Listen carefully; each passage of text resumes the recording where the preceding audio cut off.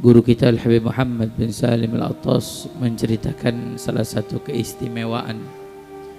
Dulu katanya ada orang yang memiliki hutang banyak, hutangnya banyak, punya masalah dengan hutangnya, sana kesini menghutang. Subhanallah, dapat nasihat dari salah satu habaib zaman almarhum Habib Mundir masih ada. Ya. Dan dalam nasihat itu disuruh hadir majelis malam Selasa. Disuruh hadir majelis ini malam Selasa kita.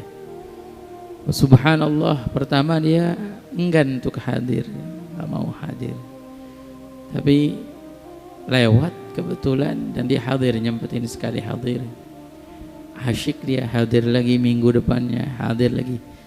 Sampai kurang lebih dalam 2 bulan hutangnya yang begitu banyak lunas. Barakah daripada duduknya dia di majelis. Ya, saya ingat juga dulu almarhum Haiban itu kalau ngutang berani juga. Buat event di Monas sampai minjem uang. Ya, ingat banget tuh dulu.